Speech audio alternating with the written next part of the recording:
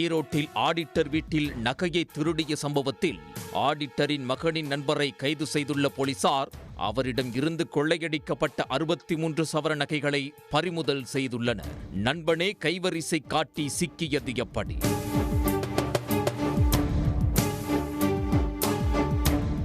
ஈரோடு கருங்கல்பாளையம் லட்சுமி நாராயண நகரைச் சேர்ந்த ராஜன் திருப்பூர் மாவட்டம் பல்லடத்தில் ஜவுளி நிறுவனத்தில் ஆடிட்டராக பணியாற்றுகிறார். இவரது மனைவி நிர்மலா தனியார் பள்ளியின் ஆசிரியராக வேலை செய்து வருகிறார். இவர்களது மூத்த மகன் குருகிருஷ்ணா சென்னையில் மருத்துவராக உள்ளார்.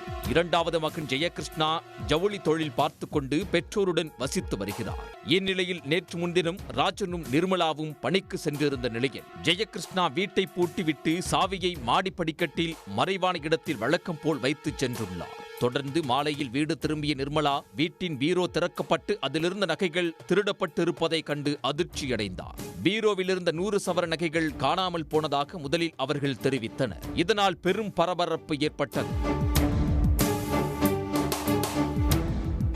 தொடர்ந்து சம்பவ இடத்திற்கு வந்த கருங்கல்பாளையம் போலீசார் விசாரணை நடத்தினர். விசாரணையில் 30 சவரன் மட்டுமே திருடப்பட்டதாக போலீசார் தெரிவித்திருந்தனர். திருடு போன நகைகளின் மதிப்பில் குழப்பம் நிலவியது. மோப்பனாய் வரவழைக்கப்பட்டு தடயங்கள் சேகரிக்கப்பட்டன.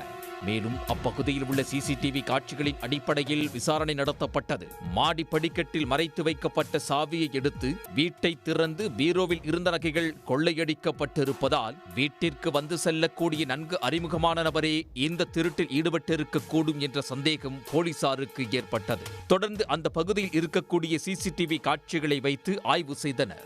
அப்போது ஜெயகிருஷ்ணாவின் நண்பர் மயில்சாமி என்பவர் வீட்டிற்கு வந்து செல்வது தெரிய வந்தது. தொடர்ந்து மயில்சாமியை பிடித்து போலீசார் விசாரணை நடத்திய போது வீட்டில் நகையை திருடியதை ஒப்புக்கொண்டார். அவரிடம் இருந்து திருடப்பட்ட 63 சவர நகைகளை போலீசார் பறிமுதல் செய்தனர். இதன் மூலம் ஆடிட்டர் வீட்டில் திருடப்பட்ட நகைகள் 63 சவரன் என தெரிய வந்தது.